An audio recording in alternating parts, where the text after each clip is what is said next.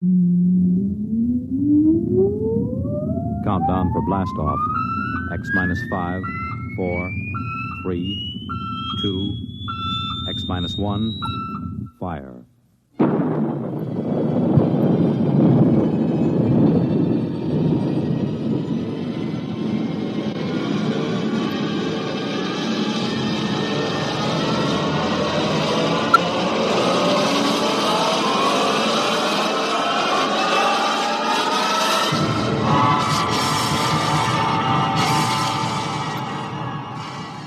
From the far horizons of the unknown come tales of new dimensions in time and space.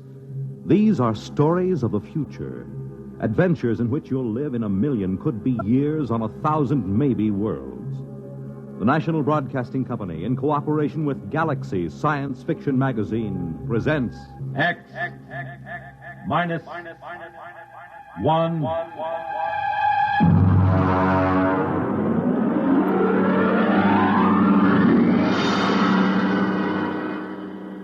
Tonight, At the Post by H.L. Gold.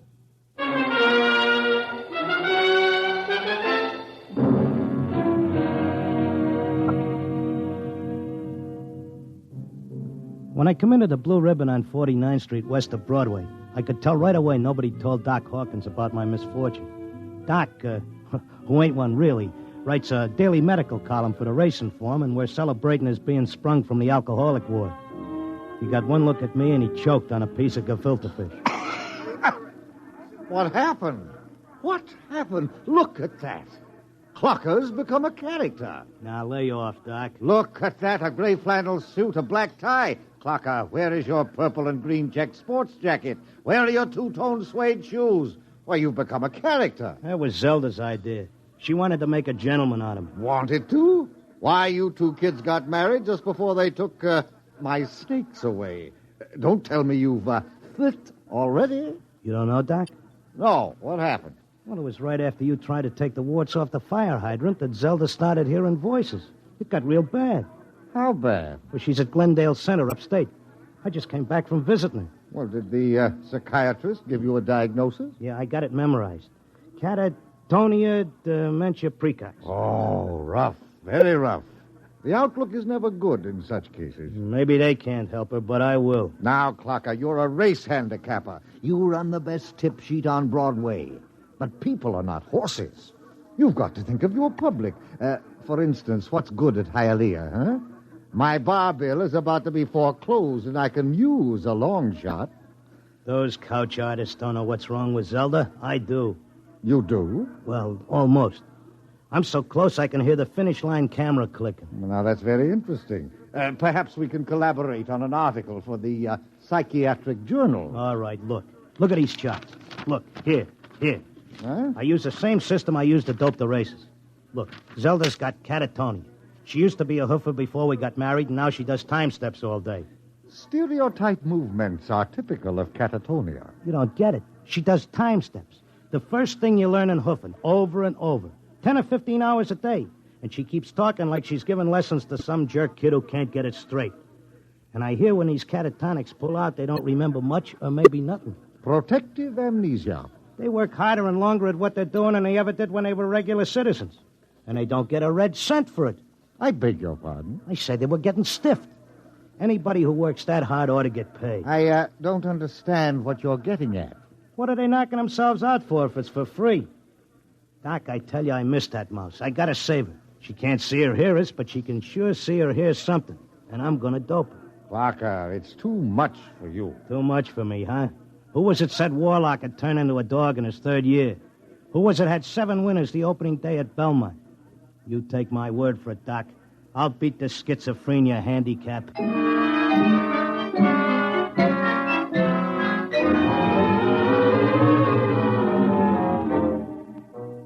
I hadn't been paying much attention to my tip sheet while I was doping a catatonia dodge. I tell you, I miss Zelda. I miss the bobby pins on the floor and the nylon stuck on a shower rack, the toothpaste tube squeezed from the top. I had to get her back somehow. Next day, I took a cab and went out to that place. I sat in the room and watched her dance. Oh, it was something. Because Zelda was worth watching, even with her eyes blank. and her feet shuffling through that simple time step. Mr. Locke, visiting time is almost up. All right. Zelda, listen, Zelda. How long can they take to learn a time step? She can't hear you. Look, kid, I don't know who these squares are that you're working for, but tell them if they take you, they gotta take me too, you hear?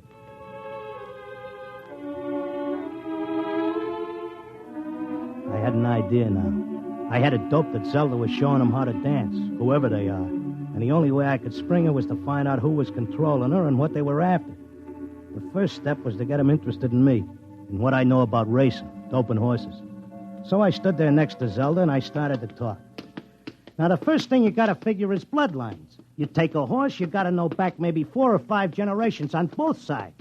Then you gotta know where the coat was foaled, what time of year, because all horses are 1 year old on the 1st of January. And there's confirmation, training. You take a horse with good bloodlines, break him in the spring on a hard training surface track, and the first thing you know, you got a horse with a shin splint. Or they may cover it up, but if you know it's there. Mr. Locke, I once knew a horse ran in Hialeah who was scared of flamingos. What are you doing? Had a fine record at Gulfstream and Bowie. But when he got down to Hialeah and got one look at the flamingos, he wouldn't run for beans. Mr. Locke, are you all right? Shut up, I'm Mr. busy. Locke. You bet on a horse that's scared of flamingos at Hialeah, and you're going to come in with your tail between your legs.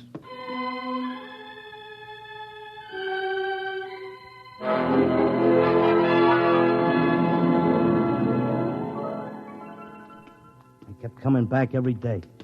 I'd just sit there next to Zelda while she did a time step, and I'd talk about horses over and over. And then finally, I started to hear voices. Clocker! Clocker! This way, Clocker, come this way. This way, Clocker. Come on now, come with me. Like it was a fog, I could see the attendant in his white coat, asking me questions, and I couldn't hear him. I knew I just kept on talking about the horses. And then suddenly I wasn't there. I was somewhere else. I was in a big square, and the buildings looked like the new Roosevelt Raceway, all modern. Or maybe like the World's Fair. There were trees and statues, and there were hundreds of people standing around, and they all looked scared. There was a little man with bifocals and a vest with pins and needles in it standing next to me. He looked scared. But I knew it had worked. I was on my way to Zelda. How did I get here? Excuse me, mister. How did I get here? I don't know. I can't take time for pleasure trips. I've got a customer coming in tomorrow for a fitting. She'll positively murder me if her dress isn't ready. She can't murder you. Not anymore. You mean we're dead? Don't ask me, but I don't think you're dead. That much I can tell you. Some of the people in the crowd were complaining they had families to take care of, while others were worried about leaving their businesses. And they all grew quiet when a man climbed up on a big platform in front. He was a very tall and dignified guy, and he had formal clothes and a white beard like the chief mourner at a politician's funeral. Ladies and gentlemen, please feel at ease. You are not in any danger. No harm will come to you. If you will listen carefully to this orientation lecture, you will know where you are and why. What is it? I don't understand. It's a pitch. Friends, I know you are puzzled at all this. Now let me explain.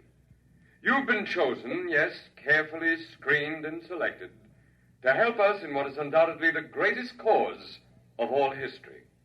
You will learn more about it as we work together in this vast and noble experiment. What experiment? What is it? I got it picked. This is a pitch.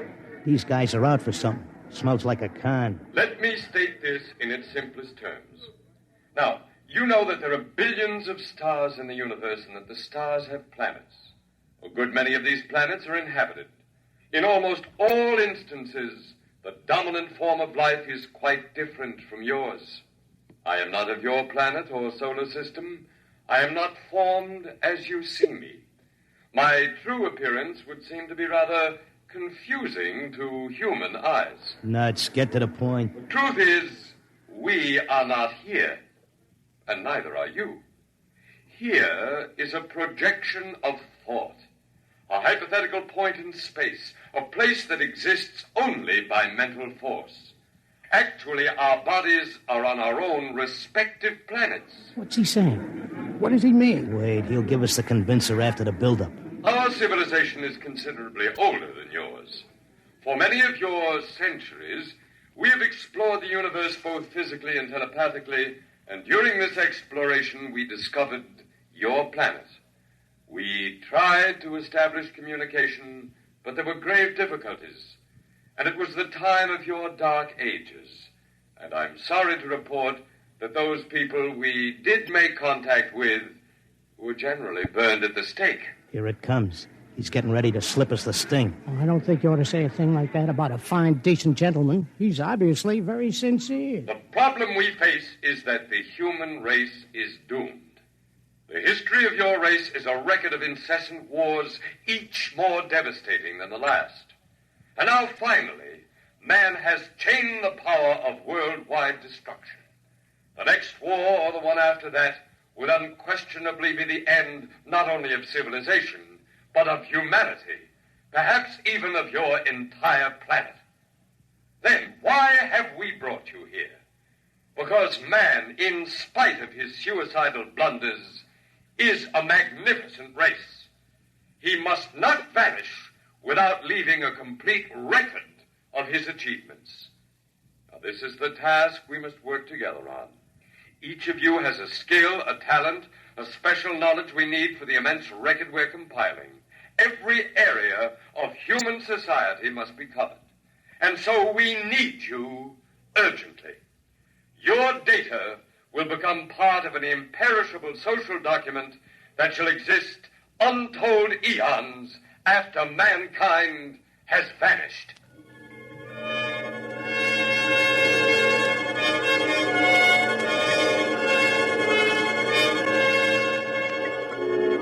Oh, he had a slick con. He had that crowd in the palm of his hand like a small-time grifter selling pearl necklaces on 6th Avenue.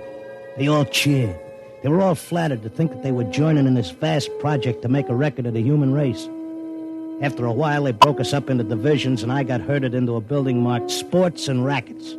They took my name and my occupation like I was applying for unemployment insurance. Now, here's our problem, Mr. Locke. We're making two kinds of perpetual records. One is written, more precisely, microscribed. The other is a wonderfully exact duplicate of your cerebral pattern, in more durable material than brain matter, of course. Of course. The substance we use in place of brain cells absorbs memory quite slowly. But you'll be happy to know that the impression once made can never be lost or erased. Delighted, tickled to pieces. I knew you would be. Well, let's proceed, shall we? First, a basic description of horse racing. I started telling them about horse racing, but they held me down to one sentence. They said I had to repeat it over and over so that recording thing could get it. They had a picture of my body back on Earth lying in a bed in a hospital just saying that one sentence over and over again. Well, that's enough for today. Isn't it amazing? We have a more detailed record of human society than man himself ever had. Your life, my life, the life of this Zelda, whom you came here to rescue, all are trivial, for we must all die eventually.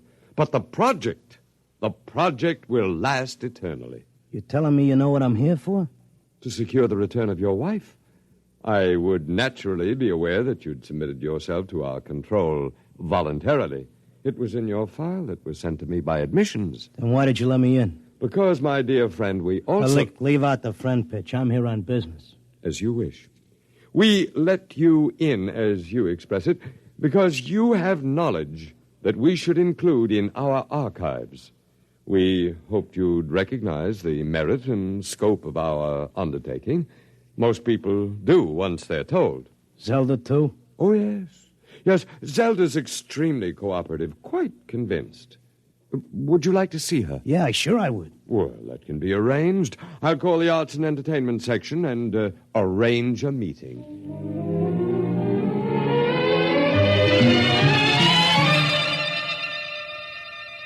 Zelda, baby. Clocker. Let's get out of here. Oh, hello, Clocker. Aren't you glad to see me? I spent months and shot every dime I've got just to find you. For sure I'm glad to see you, hon, but I can't waste any time. This work is so important. I want to talk to you. That con artist with the white beard Oh, isn't he wonderful, Clocker? Aren't they all wonderful? Regular scientists devoting their whole lives to this terrific cause. What's so wonderful about that? They could let the Earth go boom, It wouldn't mean a thing to them. Everybody wiped out, just like there never were any people. Not even as much record of us as the dinosaurs. Gee, wouldn't that make you feel simply awful? I wouldn't feel a thing. All I'm worried about is us, baby. Who cares about the rest of the world doing a disappearing act? I do, and so do they. They aren't selfish like some people I could mention. Selfish? You're darn right I am. Zelda, listen. I'm selfish because I got a wife and I'm nuts about her and I want her back. I have to help out on this project. It's the least I can do for history. History? What did history ever do for us? Go turn in your time card, baby. Tell them you got a date with me back on Earth. No, this is my job as much as theirs. More even. They don't keep anybody here against their will. I'm staying because I want to, Clocker. But, honey... Excuse me, I've got to get back. I'm teaching them the soft shoe now.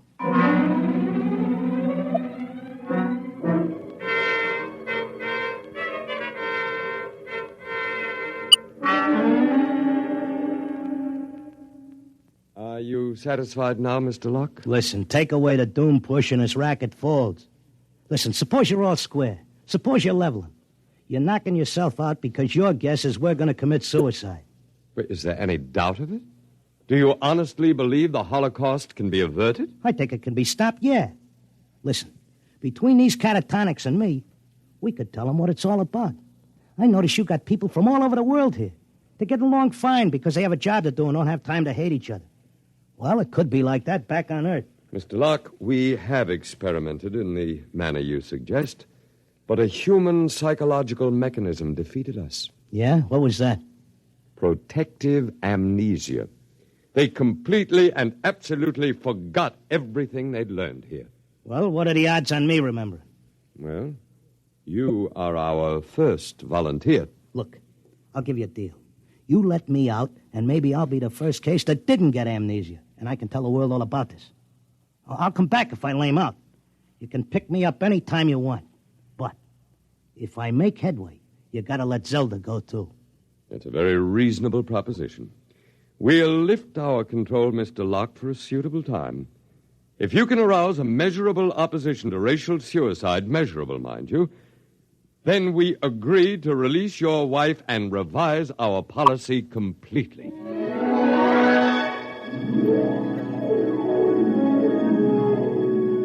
I came to at Glendale.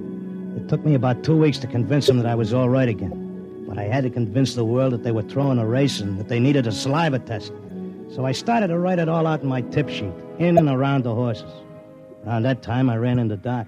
Clocker, my boy, you've no idea how anxious we were about you. But you're looking fit, I'm glad to say. Thanks. I wish I could say the same about you and the rest of the world. No need to worry about us. We'll muddle along somehow. You think so, huh? I'm glad to see you've got your tip sheet going again. As long as the bobtails run, who cares what happens to anything else?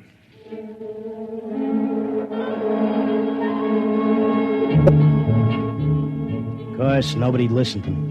I had posters printed telling everybody. I hired sandwich men to walk through the city. I made speeches in Columbus Circle. I told everybody doomsday was near. I sent letters to Congress, to the UN, editors of newspapers. Nobody paid any attention. I sneaked into the balcony of the General Assembly and tried to shout a speech, and they threw me out, very politely.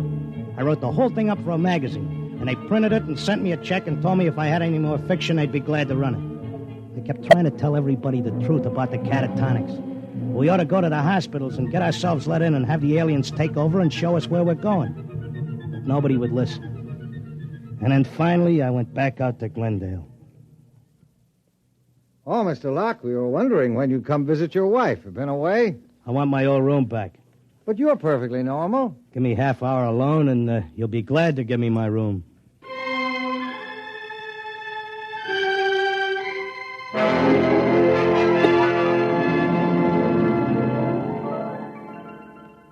Well, here I am back again. Oh, Mr. Locke. Okay, I'll give you all the rest of the dope on racing. You won't have any trouble with me. Then you're convinced you failed. I'm no dummy. I know when I'm licked. So do we, Mr. Locke. Naturally, you have no way of detecting the effect you've had. We do. The result is that because of your experiment, we're gladly revising our policy. Huh? Is this a rib? Nobody listened to me. Oh, but they did. Visits to catatonics have increased considerably.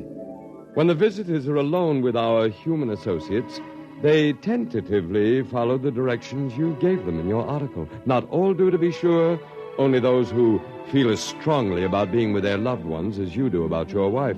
We've accepted 4 voluntary applicants. You mean I made it? That's right. Before long, we shall have to increase our staff as the numbers of voluntary applicants increases geometrically, and then we'll be able to release the first group to go back and carry the message. Whenever you care to, Mr. Locke, you and your wife are free to leave. Okay, but I'll tell you what. I owe you plenty. I'll help make that record before I go. I'll teach you how to dope the horses. Is that what you want? Why, yes. All right, then let's go. The quicker we get started, the quicker we can get back.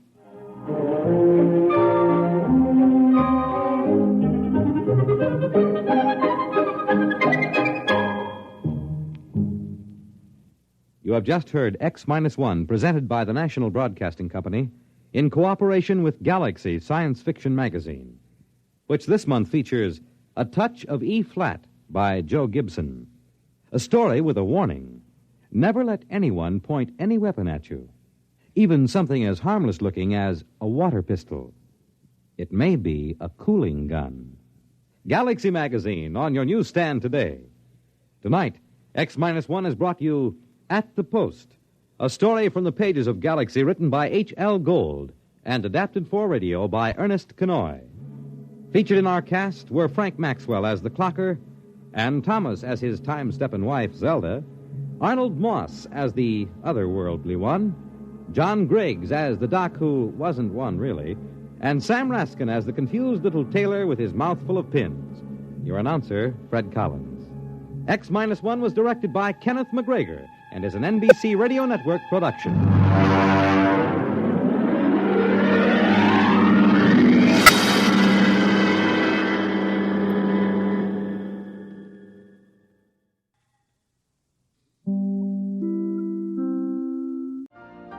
You've been listening to the OTR Gold Network. Find more classic radio at otrgold.com.